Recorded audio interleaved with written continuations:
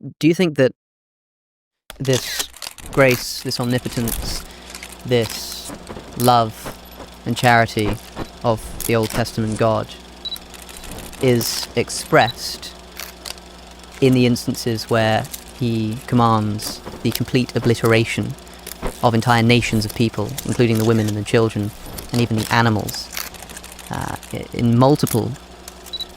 multiple points throughout the history of the Israelites trying to conquer their holy land, which is promised to them by God, such that if anybody is already living there, they're driven out, and if they refuse to leave, they're chased out and they're killed, and then they come back and they kill the women and the children. Do you think that this is the same graceful, loving God that's issuing these commands? Two intellectual giants collide in the year's most explosive debate: atheist Alex O'Connor versus veteran Christian apologist Cliffe Knechtle. The tension spikes when drops a devastating question: why would a loving God command the mass killing of innocent Canaanites? That single challenge cuts through centuries of theology and slams into the heart of Christian morality. The room tightens. Will Cliffe's faith hold under fire, or has O'Connor finally exposed the crack that breaks the foundation? Leave your thoughts in the comment section below. Watch the moment that could change everything we ever knew. No. Instead, I think we've got to read very carefully. First point, do I allow God to judge? In my culture, that's unacceptable. And yet the Bible insists God does have the right to judge. Second point, is exaggeration being used? Is hyperbole being used in a lot of those passages? Yes, it is. Because clearly, obviously, many of those people who were supposedly all wiped out appear in the next book. So you know that they weren't all wiped out. Mm-hmm. Thirdly, you look at the archaeological evidence for Jericho and Ai, and you begin to realize those were probably smaller fortresses. Yes, Rahab was in there as a prostitute, but those were not just families and women and children. Those were fortresses that were protecting the families that lived out in the countryside around them. Next point is, I think that there is not the emphasis on individualism in the Old Testament that we have in our culture. Yep. And yet, the more we struggle through children of alcoholics and realize that there are real consequences that stretch down through the generations. And I think the Old Testament does present a picture that we are more interconnected than we as American individualists would like to admit. And when God judges a people group, yes, some innocent people are swept along in the judgment. And that bugs me. I don't like that. And yet, that is part of, I think, what the Bible is talking about when it says we're created in the image of God, meaning that we do have free will, which means there are consequences to my decisions that affect my children, that affect my grandchildren. We're more interconnected than we would like to admit.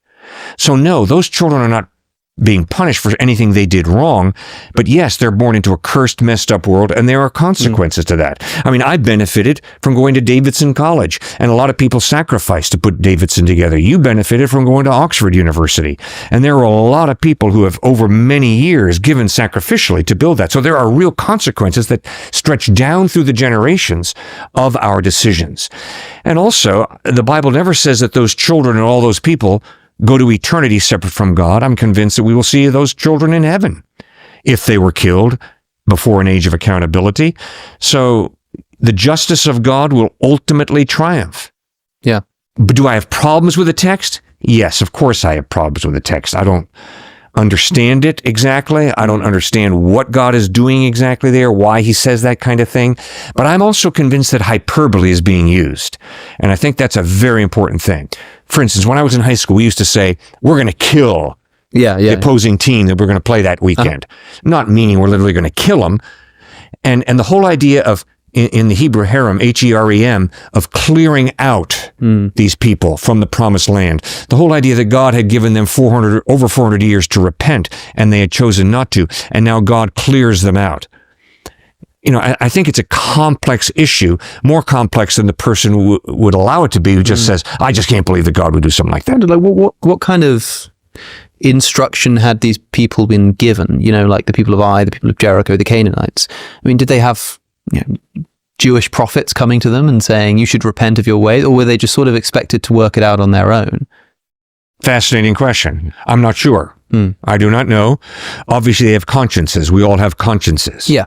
And when you study ethics from around the world, it's amazing that it seems we're all like reading off the same sheet music. Yeah. And there's more and more research coming out too on just how bad these people groups really Sure, work. right. I'm seeing more of this. Child sacrifice. Canaanites, exactly. It just gets Yeah. worse Yeah, every yeah, year. right. Like how bad is it going to get? And so, but the second one, have you wrestled with this being a really culturally conditioned question? Oh, absolutely. Issue Yeah. of yours? 'Cause the Chinese don't struggle with this one. Yeah. I've talked to people of other cultures and I brought it up and been like, that's totally fine. Yeah. That God judges in that kind of way. It's so much worse because it's not just like culturally relative. Like I'm a moral anti-realist. I don't believe in the existence of objective moral values, right? Yeah. And so like, what could I possibly be meaning here?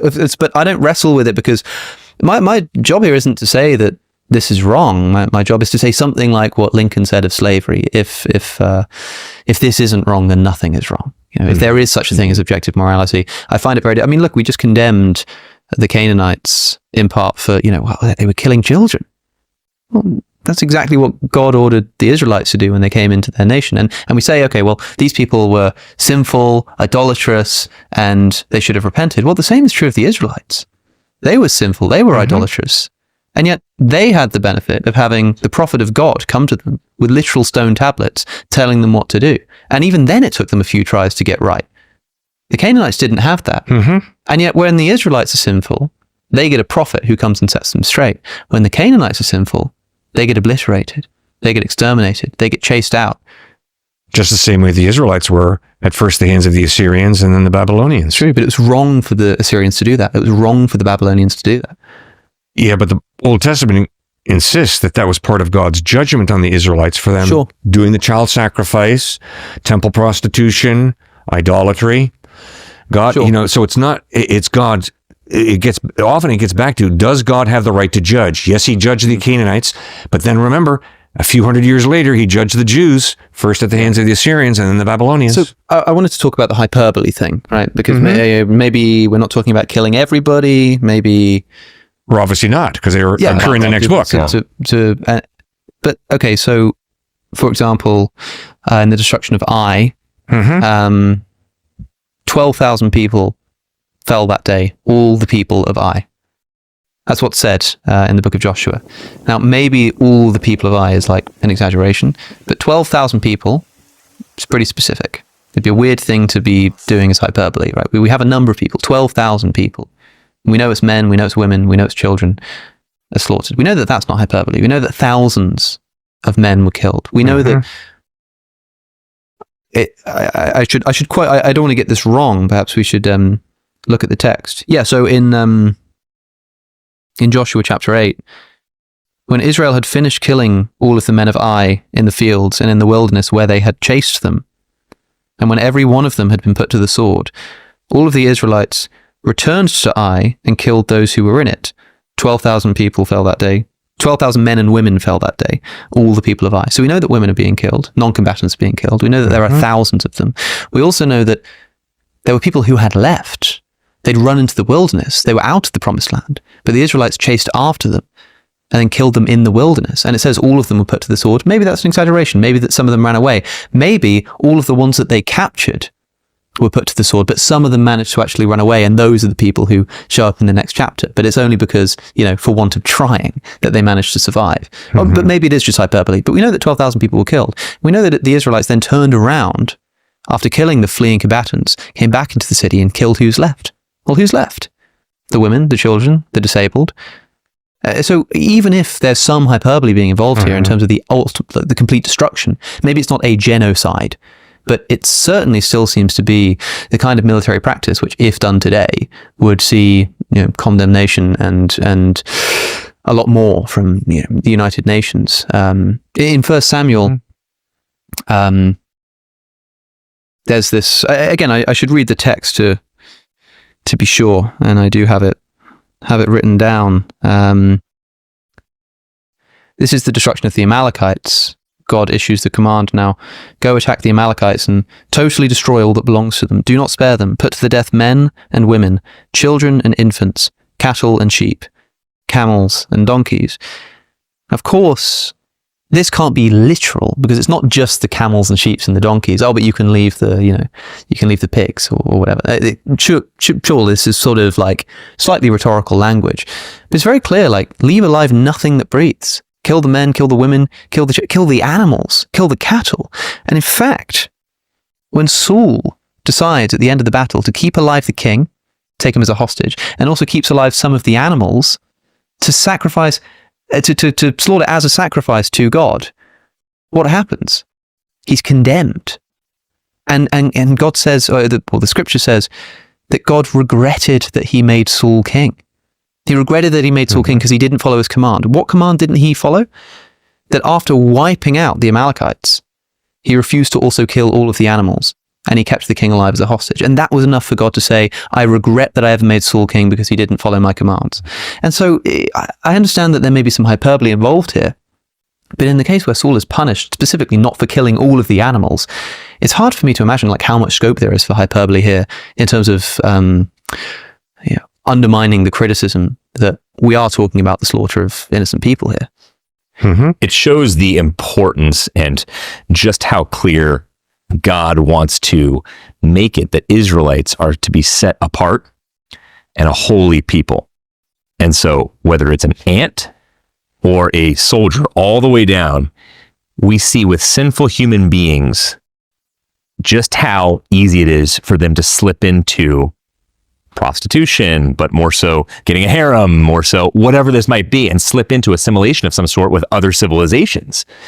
And so God has to act in this kind of way, however extreme it seems, to show them, whether it's Achan later on in Acts chapter 5, for example, the temptation and how quick this happens. It's such a slippery slope where God is saying, here's the line, and we have to do away with any level of temptation. You talked about temptation earlier. We know how easy is it to fall prey to temptation. This is another thing with university students and older people. All they want to talk about is temptation and how easy it is to fall typically into like porn addiction and these kinds of things. Mm-hmm. Well, very similar to what's going on there in terms of you have to kill off any and everything that's going to cause temptation because you are God's holy chosen people. Okay, whoa, isn't that really ethnocentric? Isn't that a big issue still? I don't see that in my mind because I believe what's going on in the Old Testament with the Israelite people is probably the most exclusive inclusivity you could ever imagine. Which is, God is this God of the Israelites who are holy people who are not supposed to mix at all, even with an animal, with people of another civilization. So that's how exclusive they are, but how inclusive in the sense of they're a light to all the nations. And eventually it's going to come through the Son of God, Jesus Christ, who is literally Samaritan, child, woman, all the oppressed people groups, and Zacchaeus, like we talked about earlier, Luke chapter 19, and the sycamore tree, who attached to the vector, probably very wealthy. So it's a light to all nations, and that separateness, that word holy and righteousness, he takes so seriously and so extreme. I wish it wasn't that extreme, but it stacks up to me. It also makes sense seeing how powerful human temptation really is and how hard it is to restrain yourself. Do you believe that, to be clear, do you believe that innocent children were killed by Israelites on the command of God? It's a historical fact. I believe that innocent children were killed by Israeli bombs, and they happen to be Palestinians, part of Hamas maybe, or Hezbollah. I believe that there are consequences to human decisions that stretch down through the generations and then impact a lot of innocent people. And I think we're a little naive if we think that we can go into Iraq or fight a desert storm and no innocent people are going to be killed. It's one of the tragedies of war, which is a result of the sinful human heart. But suppose, the Israeli government said, leave alive nothing that breathes. Kill the soldiers, but then once you've done that, turn around, go back, kill the women, kill the children, kill their animals. Because this land is yours. I think that people wouldn't be satisfied on falling back on the defense of, hey, this is the consequence of war. This is what happens. I think people would say, okay, but the fundamental rule of just war, which I'm told is sort of stems out of the Christian tradition, is, proportionate response. And yes, and I agree with you. Okay, but here's another problem.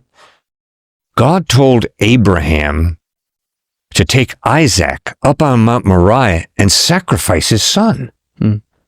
Now, if someone interprets that as being God's laying down wise principles for good parenting, they're an idiot. Sure, yeah. That is not what Genesis chapter 2 is communicating. God gave Abraham a very specific command, and it was not to give an example of wise parenting. It was, Abraham, who's number one in your heart? Is it going to be God, or is it going to be your son? Who are you going to build your future on? Your son or me? Similarly, what Israel does there in the Old Testament is not examples of just war theory. No, it is a unique example of God using a theocracy, and we don't live in a theocracy. We don't have a theocracy in Israel now. We're definitely not a theocracy in the United States or in UK. God using a theocracy to carve out a land that he brings then Messiah into. That's a one-time deed, because you're absolutely right. It is not an example of just war. No way. I recoil at that as you do, I'm sure. Yeah, because of course the difference in this case is that you have the orders from the top man. It's sort of, if there is some extraordinary circumstance in which this kind of otherwise morally condemnable behavior can be justified, you better have the authority to know that you're making the right decision. And in this case, the Christian will be able to say that they did have that authority. But I mean, it's a struggle. Yes, it is. We're talking about the intentional killing of non-combatant children here. And I read this text as a land dispute. I read in Deuteronomy where God gives instructions when you march up onto a city to attack it, like in the broad sense. When you march up to attack a city, make its people an offer of peace. If they accept and open their gates, all the people in it shall be subject to forced labor and shall work for you. Some peace. If they refuse to make peace and engage you in battle, which isn't entirely unreasonable given what the terms of peace are, lay siege to that city. When the Lord your God delivers it into your hand, put to the sword all the men in it. As for the women, the children, and the livestock, and everything else in the city, you may take these as plunder for yourselves, and you may use the plunder the Lord gives you from your enemies. This is how you are to treat the cities that are at a distance from you and do not belong to the nations nearby. Women and children being described as plunder that can be used because God has given them to you as plunder. But of course, those are the people who you're attacking not because they're in the promised land. And it's just, look, we gave them a chance to leave. What are we supposed to do? This is God's chosen. No, these are other cities. Because it goes on, however, in the cities of the nations, the Lord your God is giving you as an inheritance. Do not leave alive anything that breathes. Completely destroy them. The Hittites, the Amorites, the Canaanites, and lists, the Jebusites, as the Lord your God has commanded you. Otherwise, they will teach you to follow all detestable things that they do in worshipping their gods, and you will sin against the Lord your God. So clearly what you're saying about them being these detestable characters and God is issuing his judgment must be true here, because it's saying, like, otherwise, if you don't destroy them completely, they will teach you their ways, you will fall into sin. But this idea of, marching up to a city, and even if they accept you, they're going to become, your indentured servants. And if they don't, then you may take the women and children as plunder, and you may use the plunder the Lord gives you. But of course, if you're marching into a city of one of the nations that you've been promised by God, then don't leave alive anything that breathes. Kill all of the children, kill all of the women. I mean, it's the difference there, in other words, about like the people in the inherited lands and the people outside of it, tells me that the explanation for why these people need to be completely and utterly destroyed is because this is our land. We want this land. Seems to be, and when I read about somebody intentionally driving out or killing nations of people so that they can sort of essentially ethnically cleanse a land, I don't know what else to call that other than a genocide. But it's still eventually, the point is to welcome them in. And it's not like they're going to sit in the land flowing with milk and honey forever. And again, be God's chosen people. And that's it. So that's one. Secondly, we're reading this again from our 21st century Judeo-Christian lens. So your outrage and indignation over this is entirely Christian. That's why the Bible is self-critiquing, which I love about it. Thirdly, putting to the sword, even women and children, as messed up as that sounds, many would say that was actually more gracious in that time period than other civilizations who they're going to get raped the rest of their lives, right? And just horrific things that are unimaginable to us. So that's another really important thing to remember. And then lastly, the one you got to wrestle with is, okay, so in an ancient Near Eastern culture, you're looking for God to act in a very humane kind of way. All right, to what extent?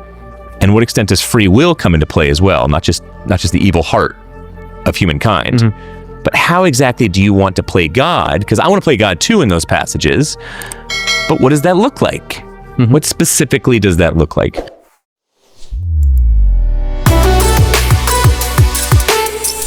Welcome.